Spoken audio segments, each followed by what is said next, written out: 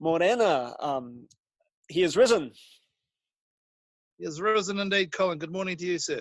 Good morning to you, and a big shout out and hi to all the Parklands people. And from me as well, and also to the Opawa peeps. Good on you. Absolutely, yeah. So, Rod, I can't help but noticing that on this Easter Sunday, you're in a garden. What's that about? Well, it's a funny you should ask that, Colin. See, I hadn't realised until quite recently that Jesus died and was buried and rose again all in a garden. In John 19, it talks about the tomb being where he was crucified.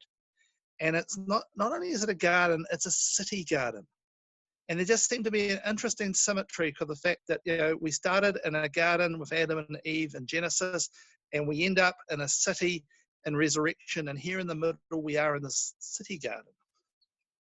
Yeah, and in fact, there's the clue that at the very end in Revelation, it's back in a city garden, in that there's a river flowing through Jerusalem, and the tree of life coming up on both sides of the river with leaves to give healing of the nations. So there's still that sense of the city and the garden getting like that at the end. So, Colin, what brings you to the garden, sir? Well, I was thinking about garden and resurrection, and obviously that's where Mary first meets the resurrected Jesus, and she thinks he's the gardener, which is like, what? And so gardens are a place where you plant seed, but you just don't know what's going to grow.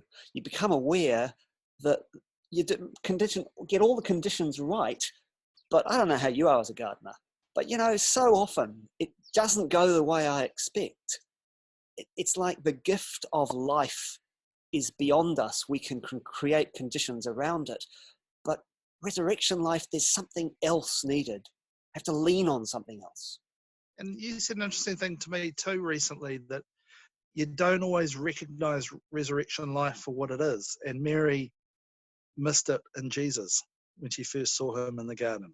Yeah, I love that. And I love the idea that if that's the case, where might there be resurrection life that we're missing?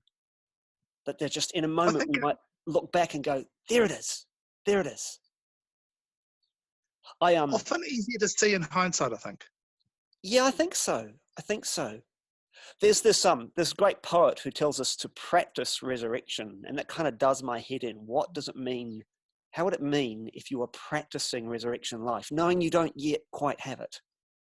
And he kind of talks about living with the intention, knowing that this life is not at all, knowing that you're deciding to participate in resurrection life, in a life that triumphs death. So that means you have faith, a bit like the faith of planting seeds. Yeah, and I think if anywhere is a place to practice resurrection, it isn't a garden. It doesn't matter if you have green thumbs or brown ones. It's a place where there is possibility. And it brings your eye up when you look at a little plant to think of what it might become. Whether it will or not, who knows? But that's in the future. It's a place of hope. That is hope for the future. That's what resurrection promises us. And I'm looking forward to that. Yeah. Yeah. And to a kind of, we're all hanging out to get out of our houses. A little bit of that walk through walls would be kind of cool. Yeah, wouldn't it just? Yeah. Final thought to the good people of Opawa and Parklands. Don't eat too much.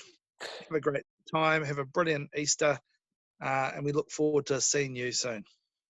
And from my end to Opawa and Parklands, yep, chocolate is good. Easter eggs are a fantastic invention. And may you be surprised by discovering life where you did not expect it.